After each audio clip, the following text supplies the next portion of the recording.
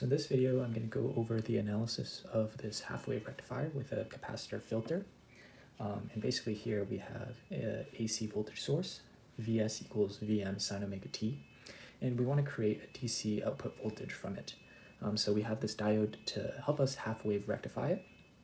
And the purpose of the capacitor as a filter is to smooth out the output voltage. So this is the part of the rectifier design. We want to have this capacitor so that we reduce any variations in the output voltage. And the resistor R is the load that we want to supply power to. So in this case, we want to start by analyzing the circuit, assuming the capacitor is initially uncharged and the voltage across it is 0. So we want to now think about what the output voltage looks like.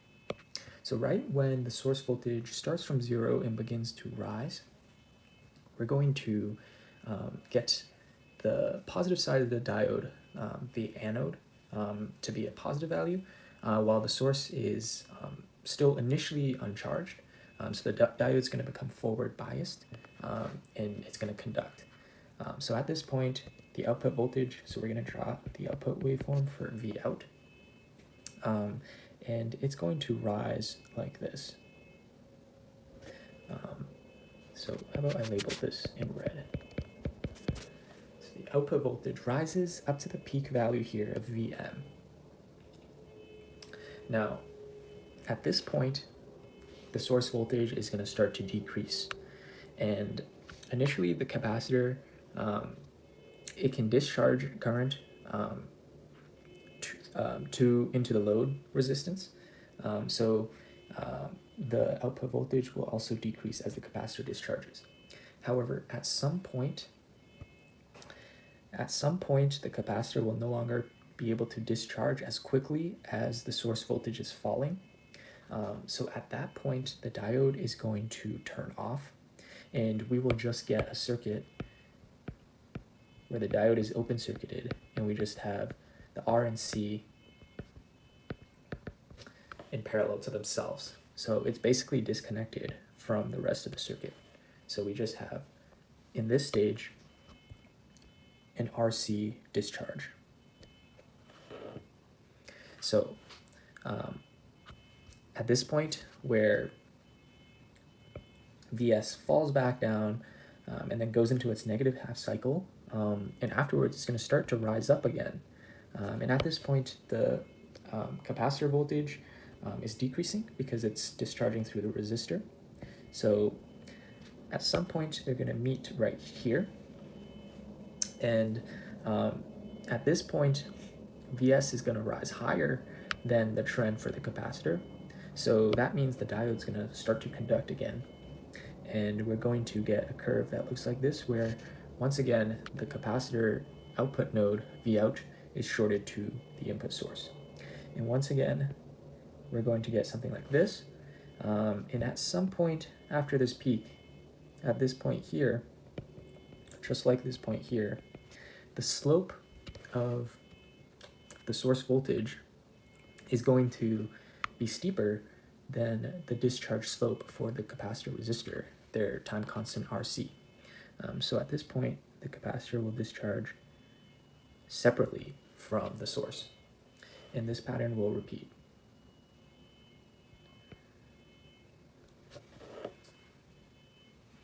So this point in which the diode turns off here, let's call theta. And we want to write the expression for the output voltage, V out. So initially, when the diode is on, we have that V out is just equal to Vs, which is Vm sine omega t. So this is for the diode turned on. Now, when the diode is turned off, so from theta all the way up to 2 pi, let's call this point 2 pi plus alpha. So from theta to 2 pi plus alpha, the diode is off, and we just have this circuit here. Capacitor discharging the resistor with time constant RC. So we can express this capacitor discharge. So a capacitor discharging will be in the form of some exponential k times e to the negative t over tau, which is RC. So this is the typical exponential decay equation. Now, because our starting point for the exponential decay is theta, we need to shift our equation over to the right by theta. So let's also, because we're working with omega t, let's first write everything in terms of omega t. So we're going to get omega t, because we're multiplying on the top by omega, we need to divide by omega on the bottom as well. So this is the typical decay equation. Now we want to write this shifted over to the right by theta.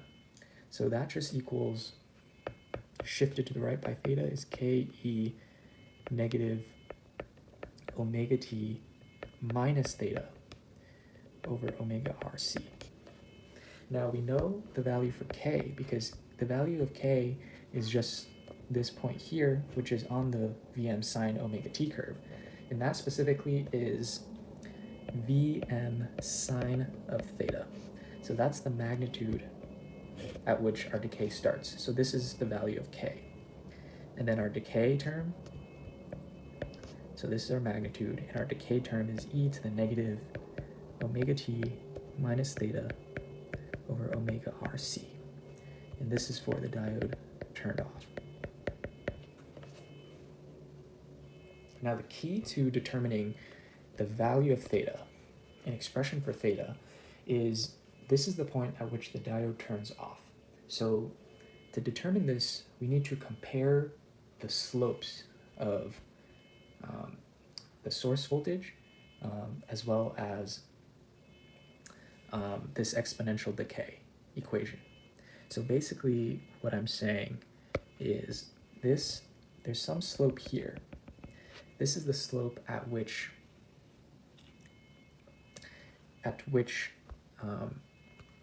this slope and this slope are the same at theta. But this is the maximum slope that the RC circuit can handle because of the time constant RC, the capacitor discharge is limited by how fast it can discharge. So this means we take the derivative of this term and this term and set them equal to each other at the value of theta because these slopes are equal. So the slope of Vm sine omega t is Vm cosine omega t. So this is the derivative of Vm sine omega t. And then the derivative of this with respect to omega t, we want to write this out. Vm sine theta is e to the negative omega t minus theta divided by omega RC. And we will get that. So Vm sine theta is just a constant. And then we want to take out the factor multiplying omega t in the exponential. And this will give us negative 1 over omega RC times the exponential itself.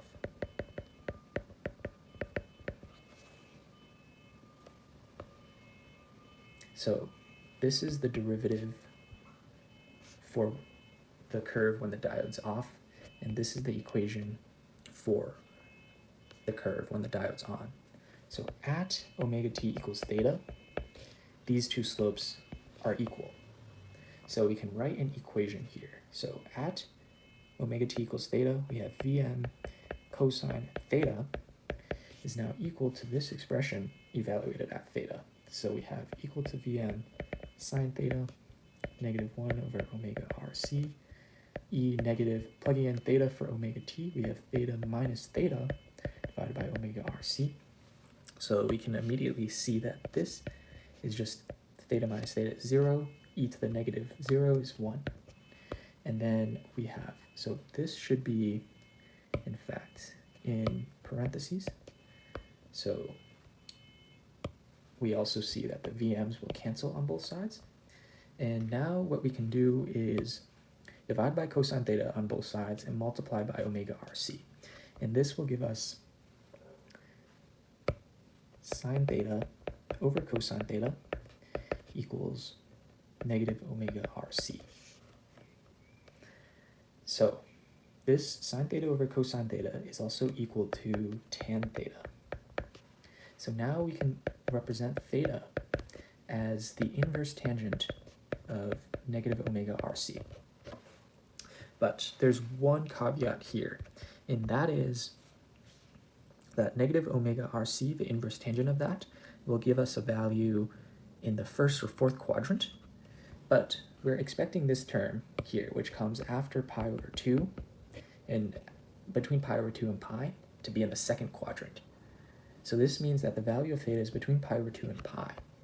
So when we take this value, we're going to need to add pi to this value to give us the correct theta that we're looking for. So we can write in total that theta equals tangent inverse negative omega RC plus pi.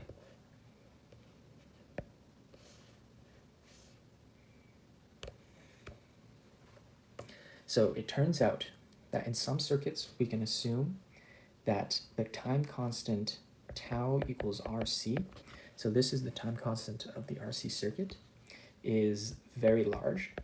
So in some circuits we can consider this, not all circuits, but in some of them, depending on the value we choose for RC, tau might be very large. And in that case, we can make the assumption that tangent inverse of a very large negative number is going to give us negative pi over 2. So then that means theta approximately negative pi over 2 plus pi equals pi over 2. So when R times C is very large, we will get, I should box this condition.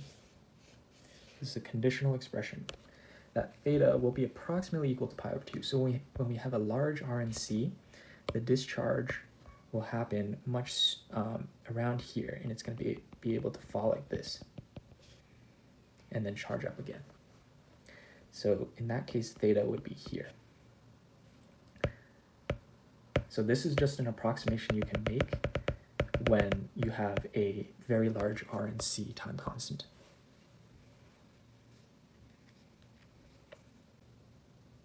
So now we've solved for theta, and theta is the point at which the diode turns off here. Now what about the point we called 2 pi plus alpha? This is the point at which the diode turns back on.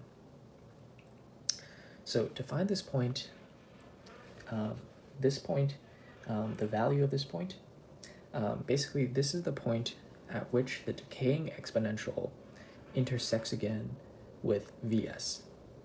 So we can use these two equations once again to find the value of alpha. So we'll do that by setting Vs, which equals Vn sine omega t, in this case at omega t equals 2 pi plus alpha, where we're looking for the value of alpha. We're going to get sine 2 pi plus alpha equals the value of the decaying exponential, and that equals Vm sine theta times e to the negative omega t minus theta. I'm going to plug in omega t as 2 pi plus alpha, omega t minus theta divided by omega RC. Now we can cross out Vm on both sides.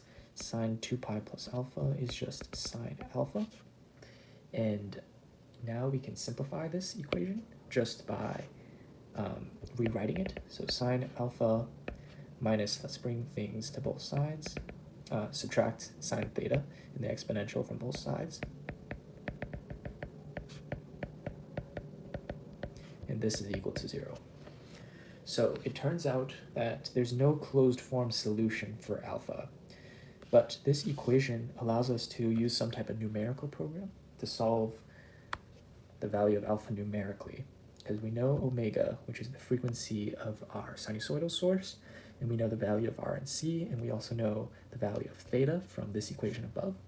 So we can plug this in some numerical solver and solve alpha numerically. So we've determined the equation to solve for alpha and theta. So that means going back up to our curves here, we've determined this point at which the diode turns off. We've also determined the point at which the diode turns back on. Now, to probe for some more currents and voltages in our circuit, let's think about what the waveform for IR looks like, the current through the capacitor, the resistor, I'm sorry. So IR is simply equal to V out over R. So what this means is, because R is just a constant value, IR is going to follow the same shape as V out. So we're going to get IR to just look like something like this.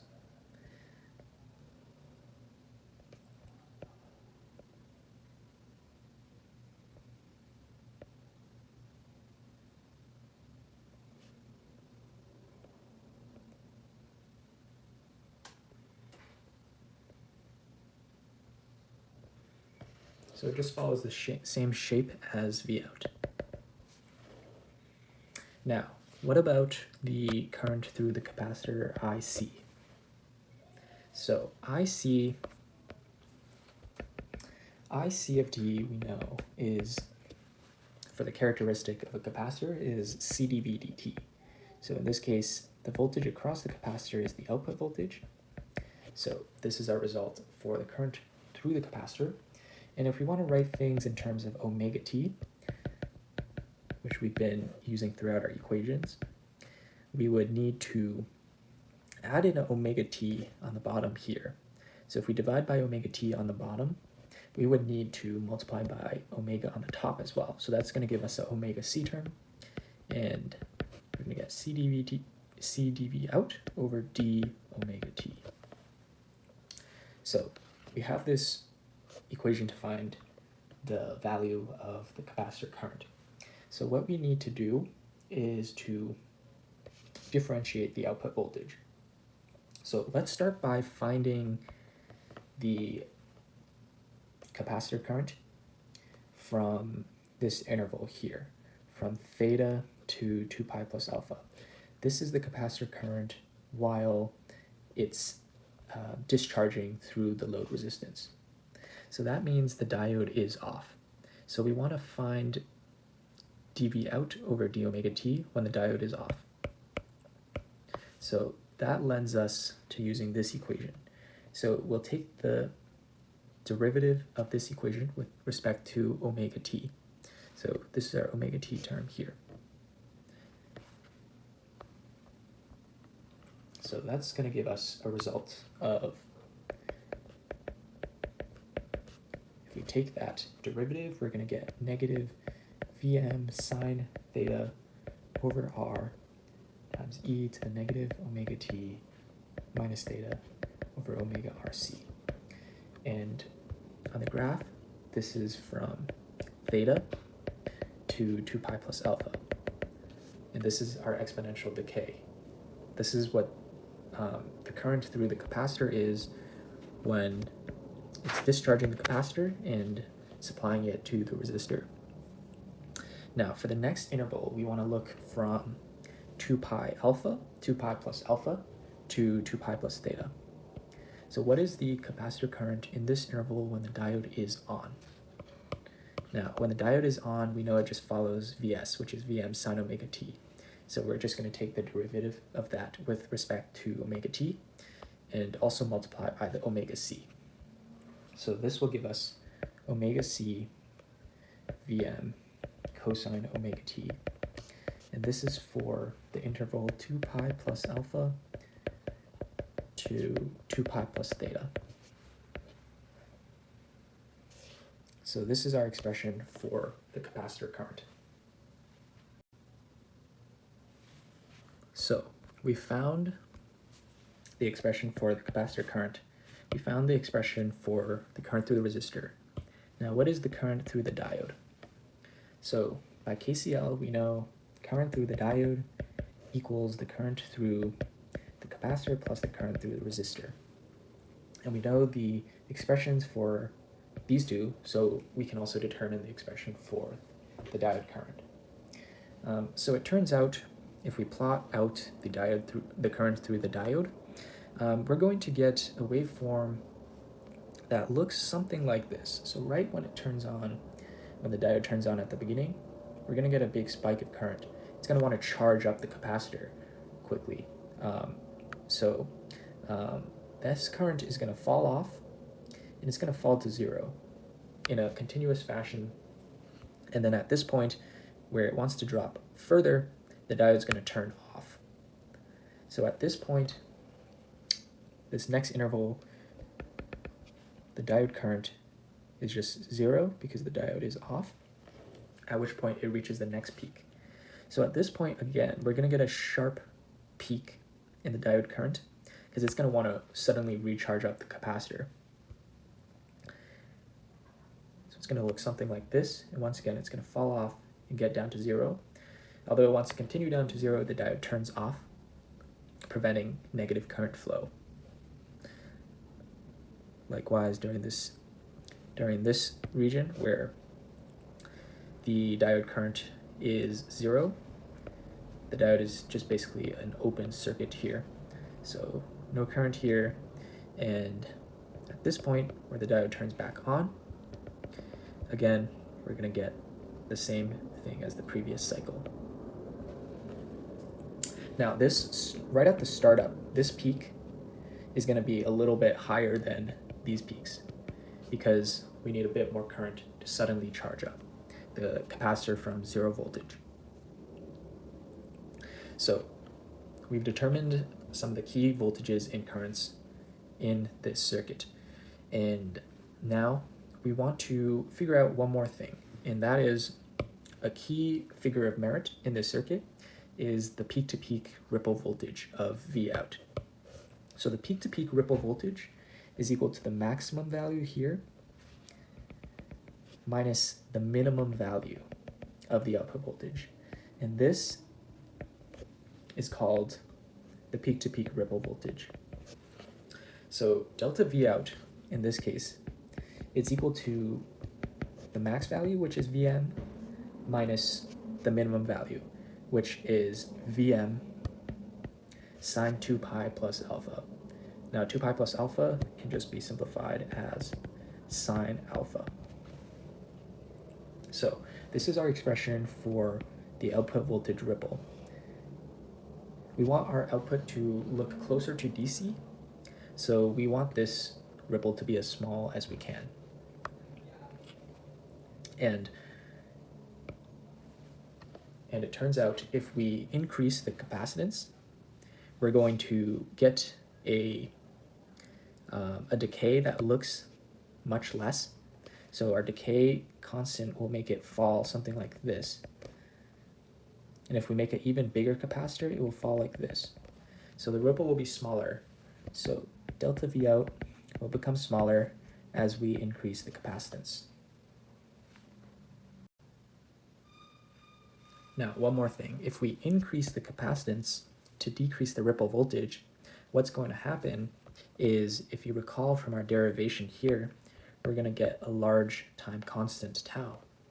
So if we get a large time constant tau, that means theta is going to move towards pi over 2. So our decay, instead of starting from here, theta maybe closer to pi, we're going to get theta close to pi over 2 at this point. So the decay is going to start earlier. However, what that means for this circuit is that the diode current is going to have a shorter time to conduct.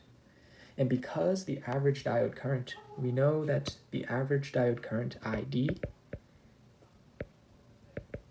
is equal to the average load current. And this is because the average current through the capacitor must be 0, because we aren't storing new charge in the capacitor in a steady state. That means that the average current must stay the same, even though the diode has a shorter time to conduct.